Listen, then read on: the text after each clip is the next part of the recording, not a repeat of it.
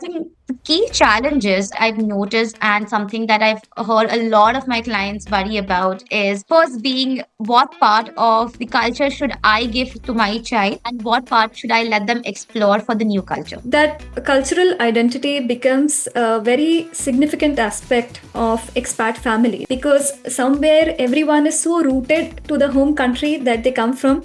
They have this feeling of love for their country. They have grown up there, they have lived their entire life. So that feeling is something, of course, not describable in words. That I think it's a great opportunity for parents as well as for kids to develop cultural intelligence in them.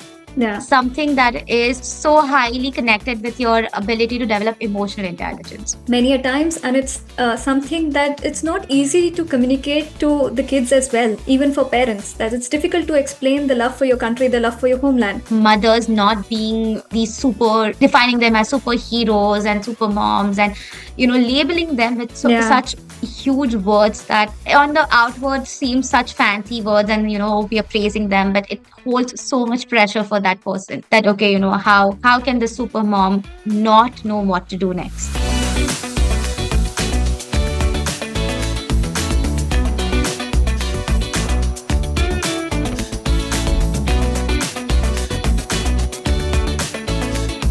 Hello everyone, and welcome to the first episode of the Expat Parenting Show, where I am together with Nafisa Diwan today. And I'd like to invite Nafisa to the show. We are so happy to have you. Welcome to the show. Hi, Ruchi. Thank you so much for having me. Looking forward to the podcast. The topic itself sounds pretty interesting. So yeah, looking forward to it. So the Expat Parenting Show, as the name suggests, is about parents who live outside their home country of citizenship and raise their kids outside. Being an expat parent myself, I realized that there are a lot of challenges when it comes to parenting as an expat. There are challenges with respect to the cultural changes, with respect to behavioral changes, the value system that we have in our home country versus what exists outside. The differences in terms of how to amalgamate and bring out the best of both the cultures is something that we'll go into deep dive in each of the episodes and discuss in the topics going forward in the next couple of episodes. So over here today, we have Nafisa, who is a seasoned psychologist with over 4 years of experience in guiding children and adolescents through complexities of emotions, personality development, and behavioral changes. So I welcome Nafisa to the show once again. And Nafisa, why don't you tell us a little bit more about what I have shared? Because I'm sure this does not encapsulate what all you do and who you are as a person. Over to you. Thank you, Ruchi. And so just a little about me would be that. So I have studied clinical psychology and I have been practicing as a psychologist for over 4 years now.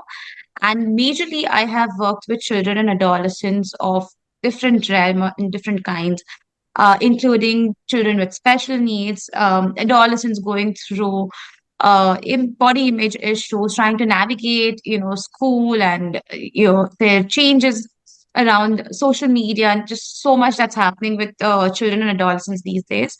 So I have spent roughly 3 years doing that, and right now I am working more with adults and their kids. So I I hope I'm able to. I'm not a parent, but I hope I can bring about some kind of experience based on the years of work I've done. Because with kids, parents come, right? So Yes.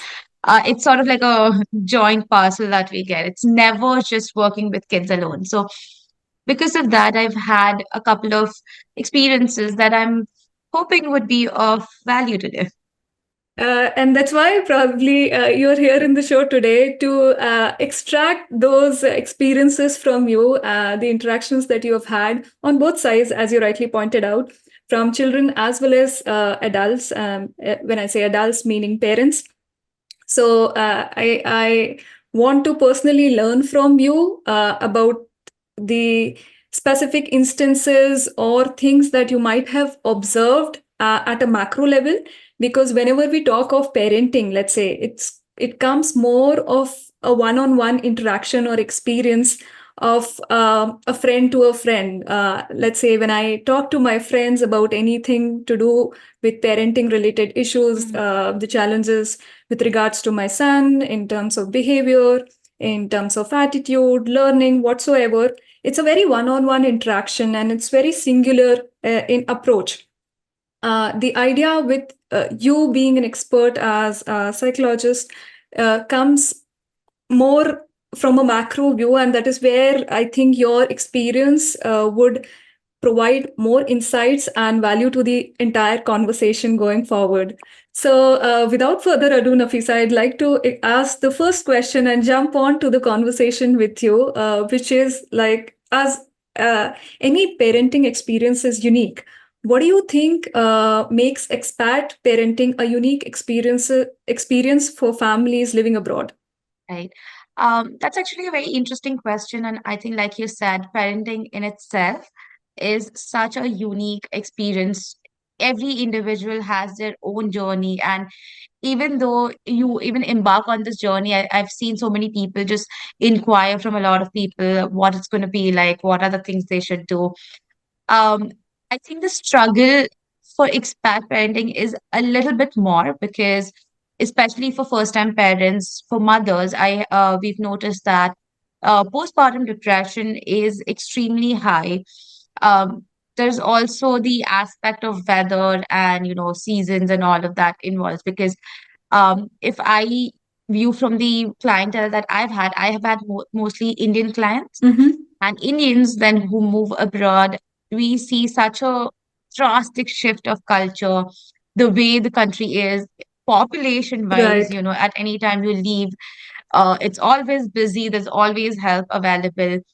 But when you move abroad, when you move to other countries, it's more individualistic and the clan of help is not as easily available. So even though a lot of times they do have grandparents or some kind of relative available for help, still that feeling of home is missing, and that can bring about a lot of loneliness in mothers. It can bring about a struggle in itself for them. But having said that, I think it's a great opportunity for parents as well as for kids to develop cultural intelligence in them, Yeah. something that is so highly connected with your ability to develop emotional intelligence.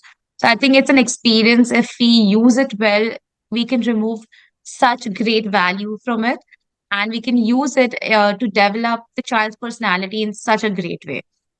So I think every journey, it has its pros and cons, Right. and it's just you learn as you go about it. That's really wonderful. You touched upon quite a few aspects. So again, as I said, being an expat parent myself, and like most of the Indians who are moving abroad, there is one change and one shift which we definitely feel for culture. That's a really valid concern for most of the people who are coming, let's say, from a highly populated country to a region Mm. wherein you hardly find people, or even the climate, I think, plays a very important aspect because in colder regions, you do really do not find people stepping a lot outside. So that kind of also restricts your social interactions. Also, the other aspect that you talked about, like postpartum depression, especially living outside, is quite of a concern because then your support system is entirely gone. Mm. Being there in your home country, you have your friends, your relatives, even you're well accustomed to even the healthcare facilities that you have. But outside, you're kind Absolutely. of, you have to find that from scratch. You have to build that from scratch, and everything is like you're starting from ground zero. So it comes with a lot of challenge. But what I also liked about, let's say, the aspect that you brought up was of cultural intelligence. Because many a times when we see of moving to any new geography, we mostly focus on, okay, we compare it directly with one on one from where we belong.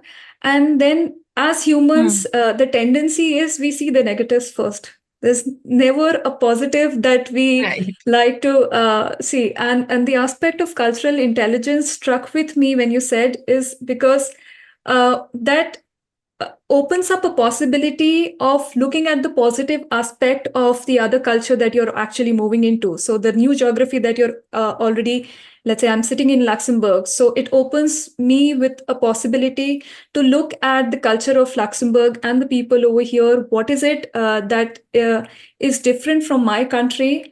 But it provides a positive environment to me and to my family and to my kid in general. So I really like that aspect. So thank you for bringing this up. I'd like to move to my next question for you, which is more on the challenges of parents. Part of it you've Mm. already, let's say, described me in terms of the postpartum depression. But my next question is specifically, let's say, if I have to ask you that from your perspective, what do you think are the key challenges of an expat parent? That commonly face in raising children outside their home countries, what would be the 3 or 4 things that you'd like to share from your interactions that you've had? Because you yourself are right now located in Canada and you've interacted with a lot of Mm. parents from different cultures, from different countries. So, what's your general observation on that? Right. So I have two kinds of observations. So I've noticed that parents who've just moved and who themselves are not that accustomed to the land, to the country, they obviously, because it's a new experience for them, it's something that they are still exploring. Um, the loneliness, postpartum depression that I spoke about, all of this is at a heightened level for them because for them, they bring their culture with them, right? And that, Right. as any of us do. But if you are in a country for longer, you get settled with that culture and you figure out that line where what part of your culture you want to carry on, what part of the new Hmm. culture you want to embrace. You get more accustomed to it. Now, this in itself is such a difficult journey without bringing a child into it and then figuring out what values do we want to transfer in them. And this is not just with Indians. In fact, I've seen that Indians are more likely to settle because our country in itself is such a multicultural thing. We all are so together. But I've seen in other countries, so from people from Europe when they come in or from other areas like Africa, Mm-hmm. anytime they immigrate, it's such a drastic difference because firstly, the language a lot of times is an Yeah. issue. The way people interact, it's always they have to be on toes whether this behavior of mine will that tip off the other person. Hmm. Right. And it's likewise for the kids. There are so many rules, there's so many regulations here. So I think the key challenges I think that I've noticed and something that I've heard a lot of my clients worry about is first being what part of the culture should I give to my child and what part should I let them explore for the new culture. Right. And just walking on that line, figuring out where should we draw the line. Yeah. Because just to give you an example would be that for us in an Indian culture, it's so you okay for kids to be together with the parents and Mm-hmm. to be as a family. And just the other day, I had someone who reached out because the 3-year-old couldn't sleep by themselves, Mm-hmm. and for them that was a big concern. Yeah. So Yeah. I was talking to them and they wanted to get a behavioral assessment done to understand if there's a personality problem, what is happening with the child. And the level of concern was such a high level. And on the contrast, one of my other clients was their 8-year-old wanted to distance themselves. And that Yeah. was a concern for them that Yeah. why does this child want to separate? So something this small is so drastically different, right? And that's where even the approach comes. So Mm-hmm. for me, it's such an innate thing for me Yes. to tell that person that, 3-year-old, it's completely okay for them to cry if you're away. Yeah. Yeah. But Yeah. I think that in my approach also, I have to get the cultural aspect that Mm. in this culture, independence is taught at such At a an young early age. age. Yeah. So I think so I think just balancing that out can be so difficult. I mean, it's very difficult for me as a profession to just balance out, my cultural values versus how things work. I can only imagine what parents go through because whatever you teach at a young age stays with the child. So you're always super careful. What am I telling the child? Is this going to affect? So I think that's one thing that I've noticed, just the balancing of it. And I think lastly, it's the lack of support system, Hmm. right? And like you also so correctly mentioned that something as small as people, we take it Yeah. very granted, right? I think in India, we always complain that there's so many people and, it's Right. just crowded. But I think we miss out on the fact that just the idea that there are people can do. Even if they're not available, even if we call and they don't come, just the idea that Yes. if something happens, I can reach out. That is such a soothing thing for anyone, right? And especially for parents in the middle of the night, if something happens, the fact that someone's accessible, that accessibility in a way gets cut or modified. And I've seen so many people put that pressure on themselves that, okay, Hmm. I am the only person who needs to be available. So they will let go of their self care even more than they would have if the clan would have been there. So those are the few things that I've observed that is a huge challenge when it comes to expat parenting. And I could not relate more when you said that, a 3-year-old not being able to sleep by themselves could become such an issue for parents, specifically in the Western countries. And to all our listeners and audience who is watching this or listening to us on the podcast, let me also give the aspect of what Nafisa was trying to say in terms of most of, let's say, the Asian countries. The parenting style is such wherein a child sleeps with the mom or the parents for at least 3 to 4 years of their early life. So having a co-sleeping arrangement in that case is something very normal for most of the Asian families that I have come across or interacted with. But when I also came and moved to Luxembourg, and in my interactions with fellow mothers here and fellow parents here, I realized that, okay, this is not such a common phenomena. And when you kind of interact with them and tell them that, yeah, your kid sleeps with you, and they look at you with skeptical eyes that, is everything okay with you and your kid? So that's the cultural difference that Nafisa was also trying to bring, and which is very important when you move in any new geography. It could be somewhere in the US, it could be somewhere in the Europe, even African countries. Each of the countries, depending on where you are located, might have certain cultural nuances in terms of how the parenting style could be. And again, I'm sure Nafisa would also agree that there is no right or wrong parenting style when it comes to parenting. It's like what suits you and your family the best. You do the best for your kid as best possible as a parent. So Absolutely.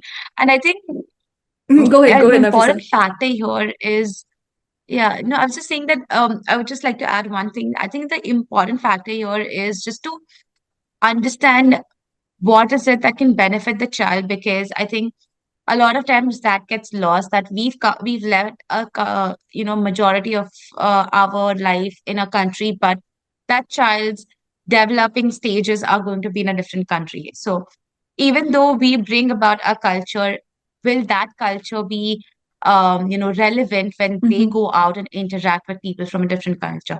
How much will they be able to relate with other people? Will they be able to fit in? So I think just stepping out of that experience and just looking at the child's experience and figuring out what is the best resources we can give the child Right. can really help take the load off from the parents as well. Absolutely, absolutely. With that, like again, going one layer in depth every time I ask you a question. So, as a practicing psychologist, what psychological aspects of expat parenting do you find most intriguing or complex? Like you said, there's no correct way of raising. And I've seen a lot of times parents get stuck in what is the best thing that they can do that will, quote unquote, not uh, ruin my child, or that will not bring about any problems to my child, or that will not affect their personality.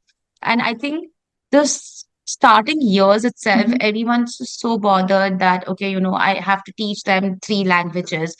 Oh, yeah. It's important for them to know my mother tongue. Right. It's important for them to know the prayers that we did back home, or, just to, even just the basics of it, the greetings, right? How Mhm. you greet in school is different than how you greet at home. Yes. So we get so caught up in these nuances that we want the child to learn. I think that's the point I was trying to make earlier also, that we forget what it's going to do to the child, Hmm. right? And it's, of course, when they're young, they will take up a lot of information. Their brain is developing. So, that's the best time to teach them languages, teach them everything about the world. But I think we, as parents, it's important to take a step back to Mhm. understand, are we doing this because we want the child's personality to grow? Or are we doing this because we are scared that they might not relate with us one day, and they might have a cultural difference from our culture, right? And that's something that will be a part of it, because we've moved out of the country. We've decided to, raise them in a different country. So that gap will always be there. They won't be as integrated with the culture as perhaps we are. Yeah. But I think just understanding that, at the end of the day, they have to go out in the real world, and they'll have to make friends, and they'll have to, and those friends won't be from the same culture. Right. They maybe they are from a May or different may not culture be. altogether. Yes. Correct. Right? Maybe they come from a different culture, not even the same culture as the country. Right. Mhm. And thankfully, with time, immigration and, just the cultural integration has become such advanced that even if you are, for example, Canada, like I'm Yeah. in Canada, but I have like an amalgamation of all the cultures: Asians, Africans, Europeans. So, you know, how many culture will you teach the child? Like, Right. what are the values will you teach? We can't keep teaching child every value of the every culture, right? And Right. I think that's important. That's where the whole idea of cultural intelligence comes. So, in the basics of it, it just teaches acceptance, tolerance, and, just how we can coexist with another person. So we teach the child certain values that, okay, if someone's different from you, what are the things that they can do? Right. Because they will find those people, right? Something very basic like the color of their skin, Yes. or maybe just how they grow, it will be different. So, just I think making them understand why that is different, Mhm. so that it makes sense in their mind as well, that, okay, even though I'm in this country, I don't look like the people of this country. So why is that? Yeah. I think focusing more on those nuances rather than fixating on them greeting the way we want, because all of those I feel eventually kids pick up from observation. Right. So when they see you do those things, they will pick up on those things, even though it won't come very naturally. They will pick up if someone comes home and they see us greet them a certain way. Kids learn the best from observation. So I Absolutely. think the conversation we need to have with them is to just make them sit and understand that, okay, you come from this country and this is the thing, but you are here now. So develop those things for yourself. Figure out what are the ways you want to adjust in this country. And giving them that autonomy can also help a lot in just acceptance and tolerance ability. And that can help grow their emotional intelligence, the social skills, the connect from between cultural intelligence and other aspects of personality is drastic. And that's something that goes unnoticed a lot. I think not many even know the concept of cultural intelligence. Like, Yes. what is that? We don't really integrate that when it comes to personality development. Absolutely. There's So, not yeah, a lot of conversation which has gone into cultural intelligence. Like, of course, nowadays we do hear the word emotional intelligence quite a lot. But I think high time we should, with most of the countries becoming a melting pot of people coming from different, again, countries moving in, there is immigration absolutely. happening. Even Luxembourg, it's a melting pot of cultures. We have people from over 150 nationalities just in this one small country. So you come across people from different cultures, and I think this becomes then very important that as parents, uh, the kind of, let's say, support system, the kind of value system that we can give to the children, so that they are themselves equipped to take the right decisions, identify what is good, what is bad, what is right, what is wrong. When it comes to nuances like, let's say, racism or other gender related biases, then we should Mm. be in a position wherein the children are equipped to make their own choices, and to make the right choices. Of course, as parents, all of us would want that the kids do the right thing. No parent would ever want their kid to do anything wrong or get into Absolutely. bad company. But it's just that, as we cannot impose what we want them to do, but we can definitely equip them with tools, with knowledge, with conversations, with having open conversations with kids freely. That Mm. this is what it is. This is what we think like. We can provide them the right values. Of course, not teaching them moral education lessons. Kids are smart enough to pick them by themselves. But then just even having open conversations with kids, I've seen, can make such a drastic impact in Mm. terms of even the kid opening up to the parents. So I think, yeah, that's my, let's say, adding on to what you said, could really help go a lot in terms of bridging that gap of even the cultural intelligence. With that, cultural identity becomes a very significant aspect of expat families, because somewhere everyone is so rooted to the home country that they come from. They have this feeling of love for their country. They have grown up there. They have lived their entire life. So that feeling is something, of course, not describable in words many a times, and it's something that it's not easy to communicate to the kids as well, even for parents. That it's difficult to explain the love for your country, the love for your homeland. So, how can expat parents, strike balance between preserving their cultural identity and adapting to a new environment and to the cultural nuances of the host country that we live in? The important thing is for us to understand what aspects of our culture is going to help the child adjust well in the new culture, Hmm. right? How could, let's say, for example, just learning the national anthem, right?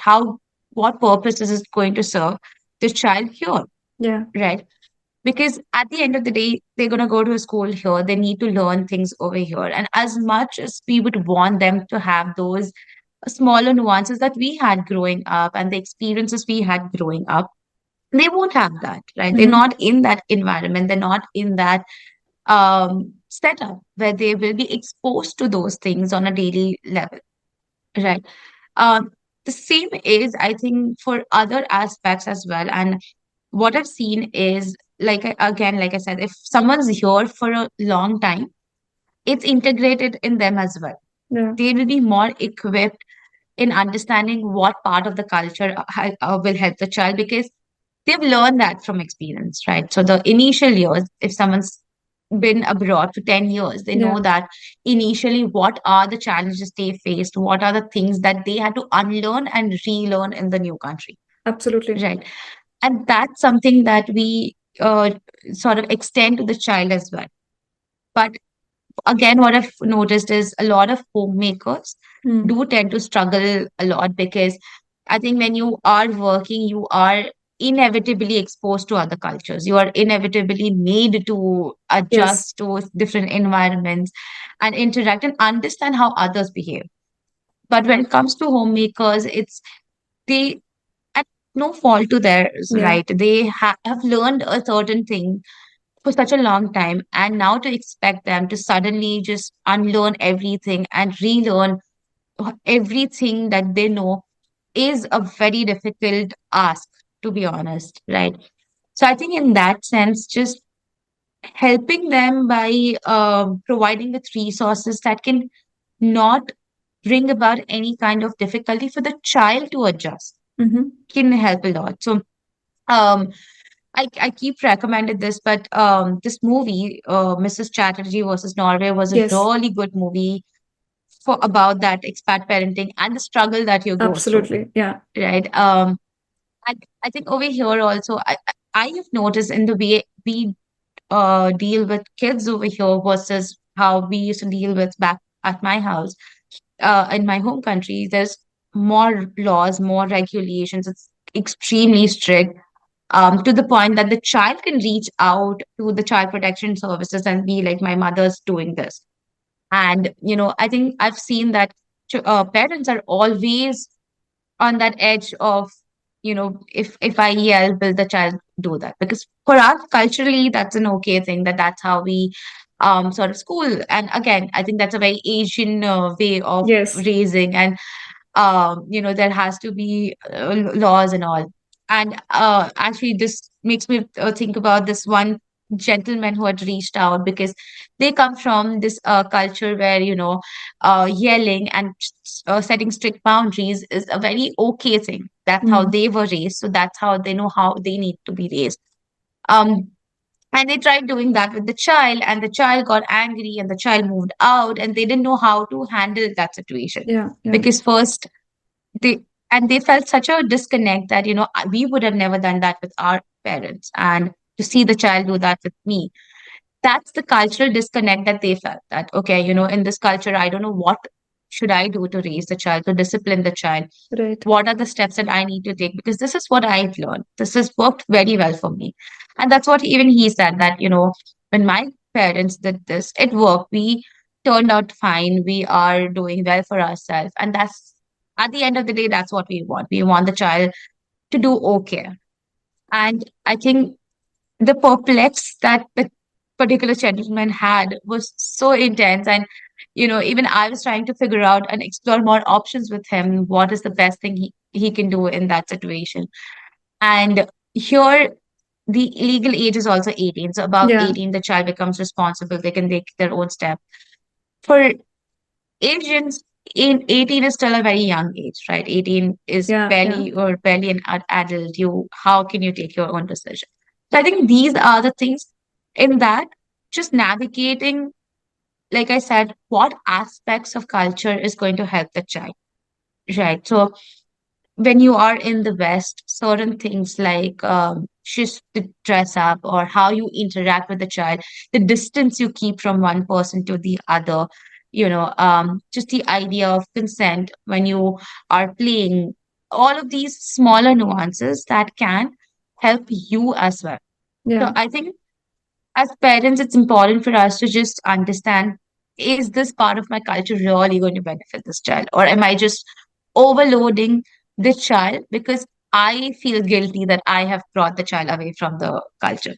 Right? A lot of times we operate from that guilt that, okay, Yes. I made this decision and now my child is here away from the entire family. Um, you know, so we try to overcompensate by just bombarding the child with so many cultural references, so many cultural integration, that at the end, if you look at the child, they will also be complex that, okay, I'm doing certain things. These are the things I practice at home. Outside, I practice different. And the same will happen with the mother, right? Yeah. When the kid comes back from school, they come back learning something that we have no idea what to do.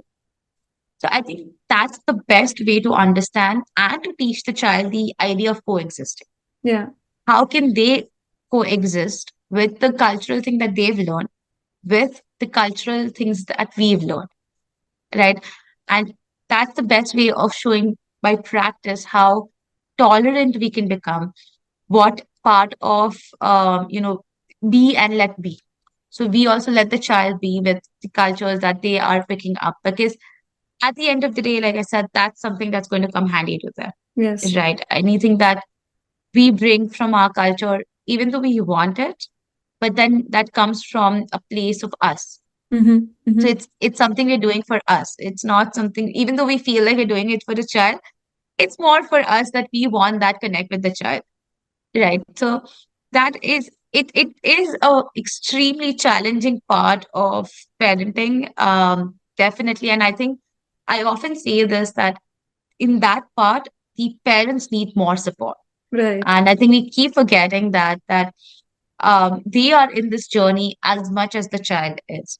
So it's so important for them to get the support that they need, for them to get the resources, to get help, to just, um, get any kind of resource needed for them to get okay with the fact that this is something that's going to happen. That is what I would say, just understanding what aspects of our cultural value is going to be applicable to the child can help the child as well as the parent.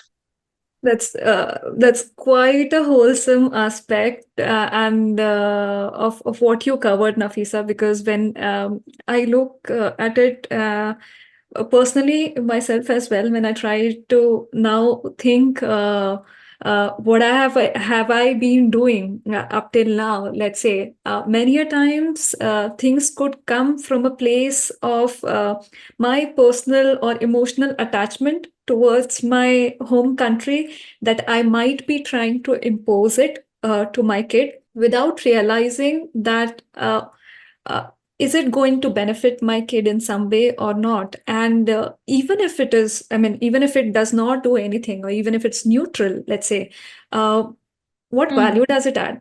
I mean, it's just, is it for the sake of like my happiness that I'm trying to impose this on my kid, or it's actually going to make some difference in my kid's life, which is an aspect, let's say, or mm, maybe a tool that any parent can use to kind of think when they are doing any such things in terms of imposing. Because just to also share with you, like before even launching this podcast, I was also doing some research. I did some primary research, asked a lot of people and about certain questions, and that what are the key challenges that you feel as an expat parent mm. raising your kid outside.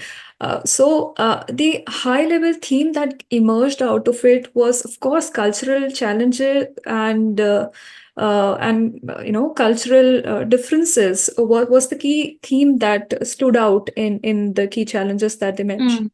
Mm, It could be even mother tongue. It could be even like association with the festivals celebrated in their home countries, absolutely. so on and so forth. So Mm, yeah, I mean, it's a as a parent, of course, it's an important aspect because as individuals, we relate ourselves to the culture from where we are. That's, I think, how we have evolved as human beings, as a society, because we tend to uh, connect to, let's say, a group of individuals. We like that feeling of belongingness. So, that belongingness, mostly when you move mhm. outside your home country, comes from the country of your origin, that where you come from. And another tool that probably stood out for me while you were answering the earlier question is this aspect of unlearning, relearning. And then maybe if I take the liberty to extend it a little further, is then implement the new learnings that you have in your day-to-day interactions with the kids. I think that could really help bridge those cultural differences and bring the component of cultural intelligence out in yourself as a parent and to the kids as well. Absolutely. Yeah. Yeah, and with at somewhere in towards the last point of discussion that you were answering, you also touched upon, let's say, as parents, they should utilize resources or utilize tools to kind of seek help if needed. So what coping strategies or psychological tools can such expat parents employ to manage the stress and emotional challenges associated with raising kids? Right. I think one is, and like you so correctly added, right, the implementation part. So we can unlearn and relearn, but then what do we do with the things that we learn? Right. I think that implementation is so necessary, and that can only come if we explore the child's world. Right. Yeah. So the best way for coping is first is self-care, right? And by self-care, it's so important to understand in this moment, what is it that we need, right? Postpartum is a very challenging thing that parents go through, right? It's completely biologically, your body is going through something. There are prominent changes that's happening to your brain when you go through postpartum. So it's not just a psychological thing. It's 360, your entire body is going through major challenges. So I think in that moment, um, a lot of times what happens is when there's a baby, the entire attention goes to the baby, leaving the mother aside, right? And the mother is sort of left to cope by herself, but she also needs so much attention, so much resources. And we've when I used to work with children with special needs, that's one thing used to tell the parent, that in the idea of providing your child with resources, because for them the resources were extra. They had to Yeah. be extra attentive towards the child. They had to be, they felt like anytime they spend time to themselves, it was selfish, that okay, my child's going through something, how can I remove that 1 hour to myself? But that was such an important aspect for the child's development. So while we gave therapy to the child, we also used to have a session for the parent, that anything that you do will affect the child. So it's not that you're removing this one time 1 hour for yourself, only cope, so that you can feel better, but Yeah. how you feel will get translated to the child, right? Your mood, your behavior, your actions, your body language. Even if we feel like, okay, I'm not yelling at the child, and when I talk to the child, my behavior is okay, but they can sense that tension because your body language is stiff, Yeah. right? You're pacing up and down the room in stress. They can sense that there is something that's going on. All of these is going to affect the child, right? They will obviously pick up on it. They will figure out there's something happening. Their body language can get tough, or a lot of times we see temper tantrum come out. They'll get aggressive. They'll start crying. There is a lot of effects that come from the child, and we would think that that's just out of nowhere. Why is this child, just throwing aggressive Yes. tantrums? But it could be because, it's a human thing. If we are in a clan and we see some kind of tension, we want to resolve it. Hmm. Now, for that child, it's such a helpless state that primary caregiver, the attachment that we have. Now, it's sort of like a internal fight of life thing, that okay, this primary caregiver is not seeming constant. It means that the primary caregiver can go away, and then what will happen to me? Yeah. So that helpless state makes them act out aggressively, because they don't have any other resources, right? And the younger they are, the more helpless they are, and that's just the developmental thing that they go through. So I think one of the major things that especially mothers need to do is focus on their self, Mm-hmm. focus on the self-care, focus on what is it that their body, their mind needs in this moment. Is it some space to themselves? Is it a social support that they're looking for?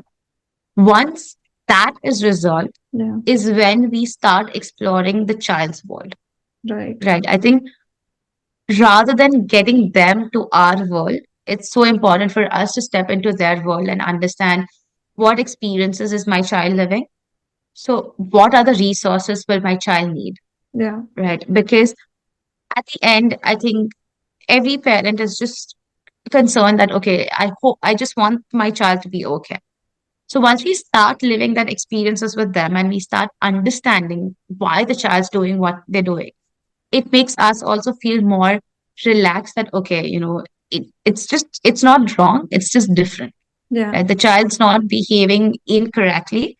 It's just that the child's behaving according to the environment they're exposed to, according to the resources they're exposed to, the people they're exposed to, and that can help a lot. I think one more thing is, while you were adding to the previous thing, is Mm-hmm. about how we all come from a very clan kind of a nature, right? We need Right. some kind of support group around it, and that's such an evolutionary thing also, right? We Yes. always need people for us, Yes. and that you can also notice when you immigrate, Yeah. right? the Rather than exploring people of that culture, whenever we see people from our culture, it's a very natural drawn that we would have to It's go like a and talk to them, to magnetic effect. People right, finding people of similar culture, you have a natural smile, and you absolutely. you feel a sense of comfort. Exactly, absolutely, right. And Why does that happen? Because we feel seen.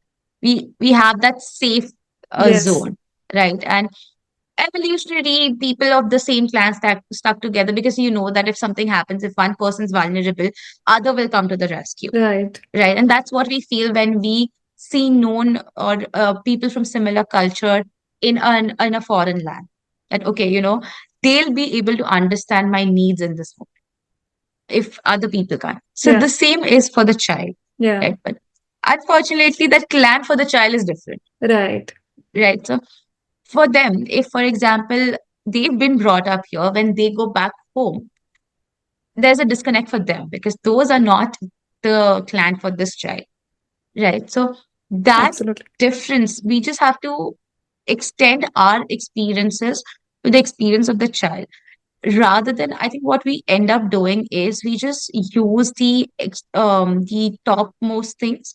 So we get so caught up on in these materialistic things, Hmm.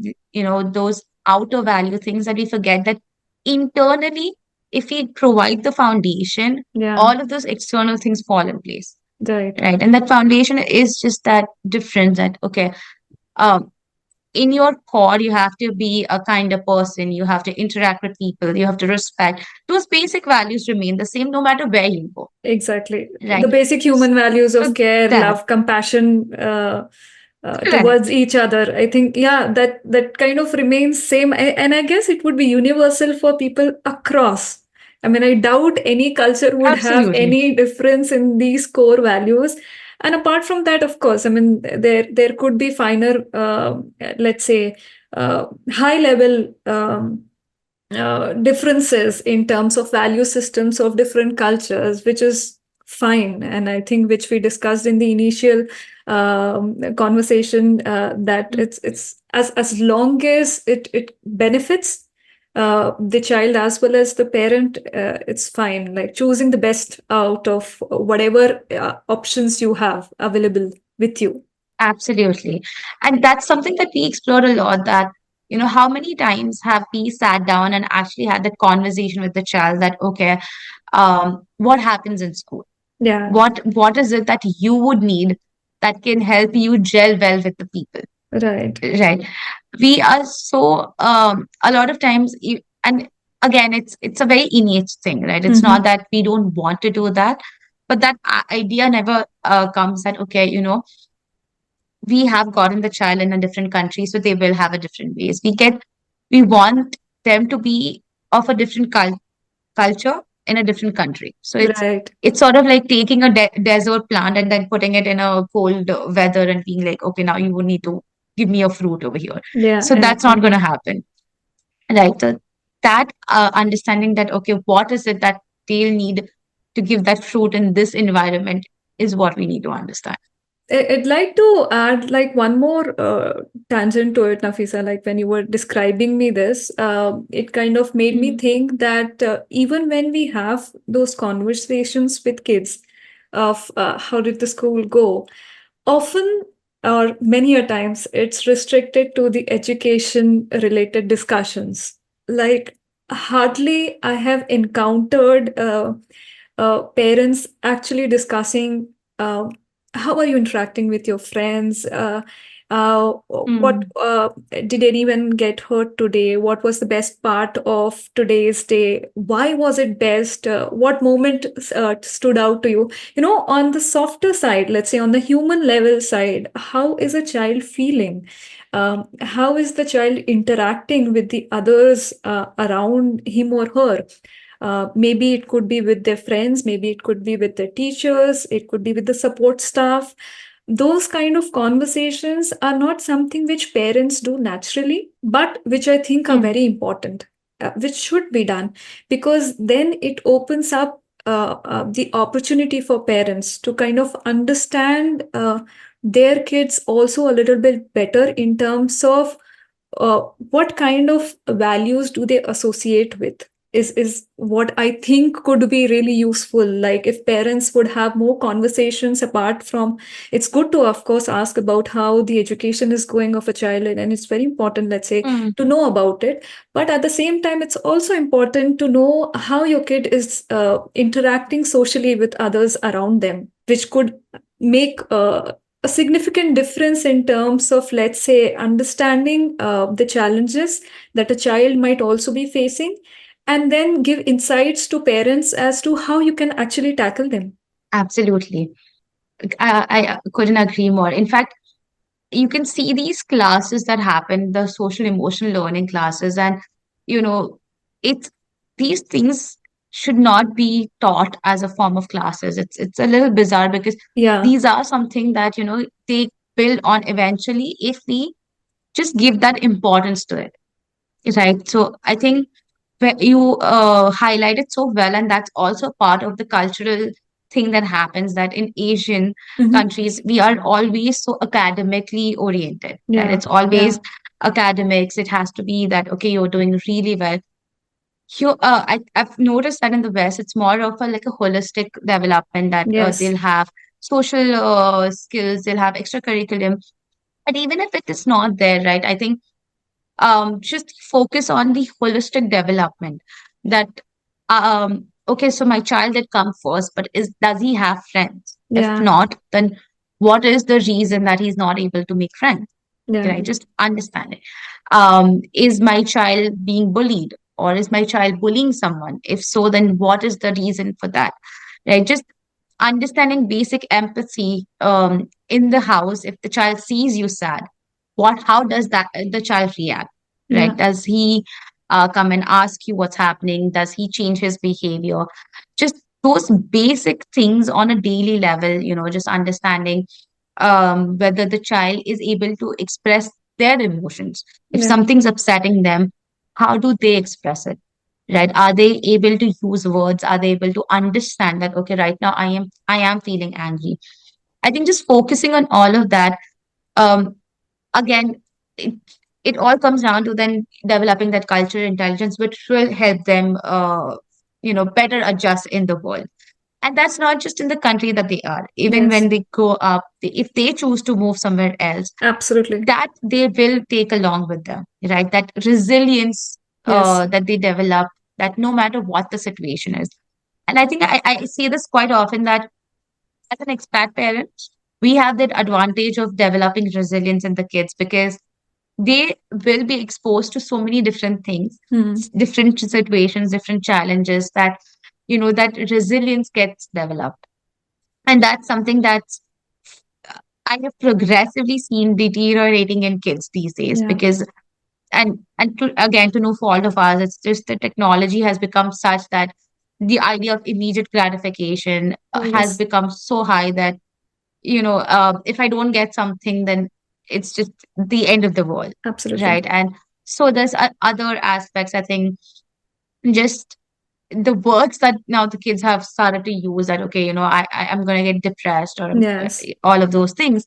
It's become so easily available that the resilience of trying again, that being okay with failure, being okay with Right. losing, that's gone. And I think being in a different culture, that you automatically start to develop that, because it's not as easy to gel in a different culture, right? So I Right. don't think we give enough credit to the kids for for being on a journey so smoothly, so easily, that would take so many of us such a long time to do. So I think just those aspects, just highlighting those for kids and focusing on those can also, I think those, again, I think it could be because it's coming from a very professional realms, but more than academic, those aspects are something that will really come handy for the child when they actually go out in the real world, right? When they are managers, when they are Yes. vice presidents, it's how they treat the people. It's Yeah. not going to be the PhD or the masters that they've done. It's going to be the social skills that's going to come handy.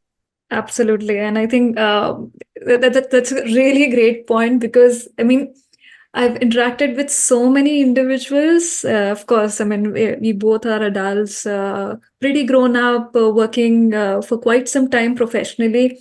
And I'm sure you might also have had this realization that beyond a point, your academics and your professional degrees do not matter anymore, and it's Mm, only your social skills that and your people skills that help you grow even professionally. Like I've seen like leaders, managers highlighting this point again and again, that how well you are with people decides your next level in the organization. If you're not able to gel with Absolutely. people, you'll not be you'll not get promoted even if you have good results. Why, on the other side, if somebody who hasn't performed that well, but still they are much well connected to the people, doing pretty good with their social skills, have higher chances of promotion professionally. So yeah, that's a really good aspect in terms of, let's say, a holistic development of a kid. So not just touching the education aspect, but in terms of the behavioral skills that the kid or the child might Mm. have. And all these things are applicable, like from a very young age. Let's say you build on all these people related skills. Of course, it cannot be taught, and we cannot expect that kids of 3 years or 4 years have great people skill. But it's a gradual Absolutely. process. It's a gradual process of you as a parent interacting with your kid day in day out, and trying to help that kid build these skills as well, which are equally important, not just professionally, but in general, like to live their life. So, moving forward, Nafisa, I have just two more questions for you before we kind of close this episode.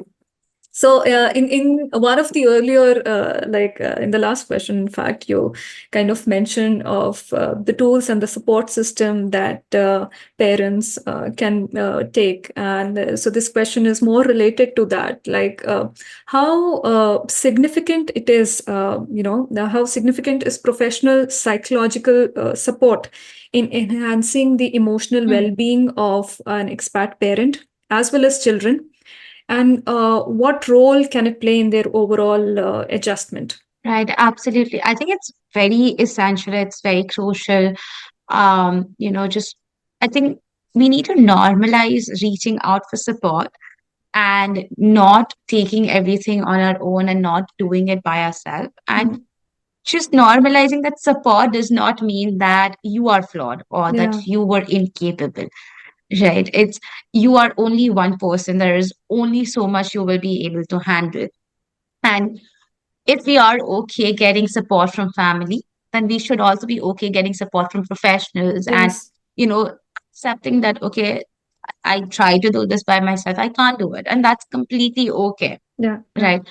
I think the more it's, I would say we need to normalize for ourselves, but it's also a very systematic thing. It's has to be done on a more societal level where we normalize mothers not being, these super defining them as superheroes and super moms and labeling them with yeah, such huge words that on the outward seem such fancy words and we are praising them, but it holds so much pressure for that person that okay, how can the super mom not know what to do next, yeah, right?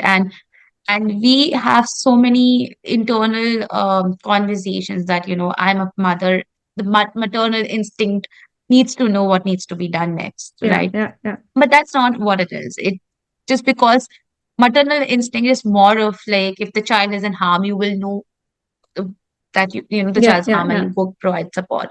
But that's okay. And I think one of the maternal instinct needs to also be understanding that we need support, yes, right? That okay, right now I think my health is also going to affect the child's health, and it's the it's in the child's benefit that I go and reach out for professional help. I take help from people in, just guiding me what are the best ways I need to do or raise yes, my child, right? And that at the end, what professionals will do is provide you with tools. They will provide you with all the resources.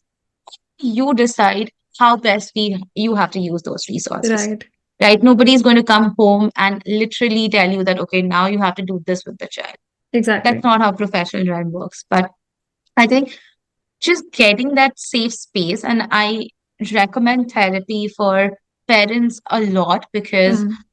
just getting that safe space where they can focus on themselves once and actually talk about themselves freely, without anyone, even implying that, okay, you need to take care of the child and why Right. are you here? And, that can, just space itself can give you so much relaxation. It can help in such a deeper level that you are then in turn fresher to be with the child then, right? You go back and you see the child from a different lens, not from the Right. lens of exhaustion and fatigue, and all of which is a part and parcel of raising a child, Yeah. Yeah. Yeah. right? And I highlight mothers more because societally, you know, fathers have been given that excuse that, okay, the dad is earning, Mm. right? So it's okay for if the father's not around. And I've seen that change, which Mm-hmm. is fantastic, but I still Absolutely. feel, yeah, but I still feel we've only come so far. There is still There's a a long long way. way, yeah, to go in actually normalizing that, because what has ended up happening now is that earlier the only pressure women had was raising. Yeah. Now, because we have starting to earn also, it's not unloaded that pressure, right? So rather than it becoming shared load, it's just becoming that it's still our women's responsibility to bear the child and to raise the child. Yes. Because I think that just the idea that this is a family thing, and women and mothers deserve that space to themselves, just once in a while getting out, meeting the friends, or meeting someone, or just, just doing something that they enjoy doing, that's not related to children, that's not Yes. related to any class or anything, that's related to how do I bring about my child, can help a lot. And yeah, I think just understanding that, like I said, that it's a journey for you. Yes. If the child's um come in the world for the first time, you've also become the mother for the first time, even if it's a second child or a third Right. child, right? Right. I think every experience is so unique. Every raising story, parenting story is different. So I think just giving yourself that compassion that, okay, it's new for me. I've also lived only one life. Yeah. It's not that I have come with, a lot of experiences. So it's okay. We learn, we understand, and I think reach out for professional help. It's absolutely normal, to reach out, and even to reach out to say that I don't know what I'm doing. Like, I've Right. had so many people who would reach out and they're like, okay, I have a child, and my partner is super supportive and everything. Still, I have no idea what I'm doing. And uh, I think I'm going to come back to postpartum also, because that's been such an important part of the work that we've done when it comes to dealing with mothers, is Mm-hmm. because I think a lot of times that emotion goes unnoticed, and to the point that it increases, where they are extremely suicidal, or they are having thoughts about self-harm, and the only reason they're not doing is again because there's a child. Right. So it's not that they need support, and they would reach out to us not because those emotions are difficult for them. Mm-hmm. It's that, okay, how can I have this thought when I have a child? Right. So even in the gravest time, we don't give ourselves the credit to think about ourselves that, okay, I am having something like this. I need support because I am going through something. Yeah. So I think just that normalizing that you are mother, but you are also your own person. You are an individual who needs support, who needs Yeah. tools, and Yeah. Yeah. that's completely okay. So yeah. So yeah, I mean, again, couldn't agree more because if I had to, let's say, put it into three lines of what you said so far, is like self care is not selfish. When it comes to Absolutely. parenting, whether you are a mother, whether you are a father, if you feel like that you are getting depressed, if you're not finding your way out to parenting, there's no harm in seeking support. If you can reach out to friends, if you can find communities around you well and good. There are a lot of online resources available as well, but of course, online comes with a lot of challenges because there is an information overload. And I Absolutely. also feel that even if there, I mean, I was part of a lot of mom communities, groups, so on and so forth, but everyone's situation is different. So even if I see online, even if it's something similar, let's say it will not be 100% of my scenario depiction. So in such scenarios, I think like reaching out to a professional like you could make such a huge difference, because then uh, first it a professional is well equipped with a lot of tools and resources that could be adapted or used in a one-on-one situation like yours. I mean, not every resource available online could be used by you as a person, which Mhm. although may sound very trivial, that we may look online and find help, but we are not the best judge to know if that tool available online could be of any use to us at all, for that matter. So I think it really makes a lot of difference if reaching out to professionals for support, for counseling, for therapy uh, should be normalized for parents and for kids as well. I mean, for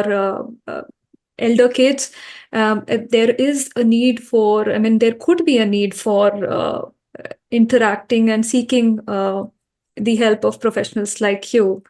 So Hmm. with that, I would now come to my closing question to you, Nafisa, which would be that considering all the challenges that we have discussed so far in terms of expat parenting, when it comes to from the point of view of a parent, from the point of view of a child, what would be the three, key takeaways that you'd like to give to anyone who's listening or watching to us today, to navigate the complexities of raising children outside their native country?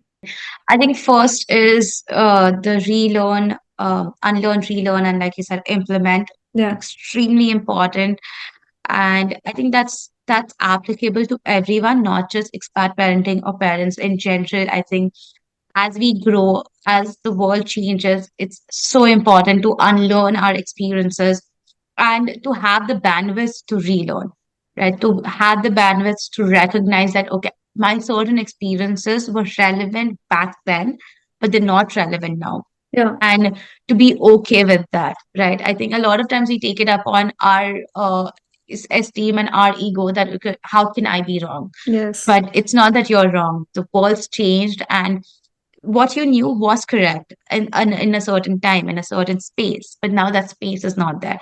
So just having that bandwidth of unlearning, relearning, and then using that in the right way could be one. Second, I would suggest is just, I think, to take it easy, I think, Hmm. right? Um, Humans are meant for adaptation, right? Yeah. We've evolved, we've adapted through drastic things. And one of the biggest example was COVID, Yes. right? COVID came so unexpectedly. It brought about something that none of us had experienced. Nobody thought that, things will shut down. Nobody thought this something like this could suddenly come in the air, but we adapted, Yeah. right? Post COVID, the world has adapted. There has been, people are saying that how we have AD and BC, it's going to be like pre-COVID, post-COVID kind of a Yes. time, because the world has changed drastically ever since COVID has happened.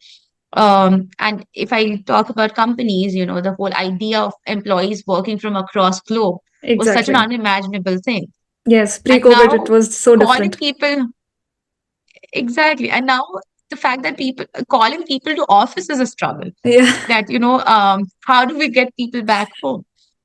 So, humans are meant for adaptation and evolution. So I think in that sense, I think we also need to give ourselves that space and credit that we were able to adapt to the country. We were able to evolve with the culture. A child will be able to do so. In fact, they'll be able to do it with much more ease because they Yeah. are still in the developing stage. Right. Their brain is still adapting. If it took us 2 years to adapt completely, it will take them 2 months. That's Yeah. that's how quick it will be, because we've already, our brains already structured with information. It's already structured with everything that we need to know. For them, it's sort of like a blank canvas, right? Everything that they're seeing, they're gonna put it on there. So I think just trusting the process, Right. and just giving yourself that credit that you were able to do it, your child will definitely be able to do it. And I think lastly, like I said, I think viewing the child's experience, it's very important when it comes to cultural intelligences, making sure that we are giving that cultural intelligent lessons to the child based on the experiences that the child is living and not the experiences that we are living right now. Right. Right. So I think that will help the child feel more seen by you. They will also realize that, parents are a safe space. Yes. That, and for child, your home should always be a safe Safe space space. where they can come and tell you that this is something that happened to me. Right. And that can only happen if we extend and we sort of step in their shoes and understand the experiences that they're living. And a lot of times, ask the child, okay, Yeah. I might not understand what you're going through, but let me know what resources you would need. What is the kind of support that you're looking for from me? Right. We don't need to always have the answers, because Yes. it's not possible, right? We've not had that experience. So I think just extending that to the child, that we might not understand, but there will always be support available over here. So it's a safe space. You need to come here and share everything. So I think those can just help take the pressure off, because you will feel more involved in your child's life, right? We are not knowingly, unknowingly keeping that barrier where we are coming from our experiences, they are coming from their experiences, and there is no intersection in that Venn Yeah. diagram happening, Yes. right? So I think just those, and lastly, I think just the closing would be to reach out for help. I will emphasize this. I think for parents to just reach out for help and get that support for themselves, whatever that support can look like. You know, even in therapy, I've seen they generally parents do a family therapy where the child is also there. But I would suggest taking more of an individual thing, because Yeah. even in that, our focus then eventually goes that, okay, but what do I do about the child? Yes. Right. So I think just getting your individual space where you talk about yourself unapologetically without feeling like you're being selfish parent is so essential. And I think it's one of the human rights that you need to have your own space to be able to get your own self care. Yeah. You So you yeah, need to have your own me time, your me space to kind of absolutely. sort out what's there in your life. I mean, again, from personal experience, you need that me time from time to time. It's not just like a one thing, one time activity that you do once a month or once a week. I mean, as and Absolutely. when you need. As and when you need, you kind of just take 1 hour, 30 minutes, whatever, how much level of time Mm, that is mm, possible for you, and do whatever you like doing. And I think it really helps in kind of setting the vibe, giving the vibe to your immediate family, to your partner, to your kid, letting them know that you are in that space wherein you're more receptive towards them. You're more neutral mm, towards them, and you're not acting from a place from which is more emotionally charged, emotionally burdened, mm, and there is lesser mental tension when you utilize that time for yourself. So yeah, I mean, it couldn't have been uh, any other takeaway, if I have to say so. I mean, you summed it up so nice in the way that, okay, the first, I mean, it would be unlearning, relearning, and implementing. The second would be to kind of uh, feel free to adapt yourself in different kind of environments. The next one you said was more in terms of listening to your children, talking with them, sharing experiences with them, knowing more about them. The last one, again, as you rightly said, that reaching out for help is not to be looked down upon, and feel free to reach out to others as and when you think you need that support.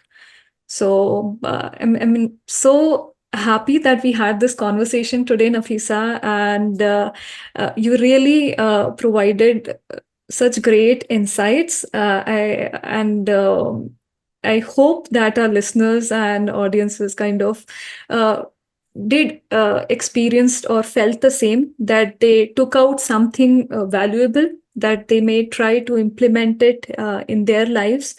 And if any one of you would like to reach out to Nafisa, I would highly recommend that. I'll also share her, contact details in the episode description, so you can go and reach out to her. Thank you so much, Ruchi. It was a super learning experience for me as well. And it was lovely talking to you. And thank you so much for having me here. Thanks, Nafisa. So, yeah, with that, we kind of wrap up our first episode. Really happy for this one that it happened with Nafisa. And if at all you like this episode, you find this valuable, do share it with your friends who might benefit out of it. You can also follow us and subscribe to us on different social media platforms. We are available on YouTube, Instagram, and of course all podcasting platforms. Thank you so much everyone for tuning in today.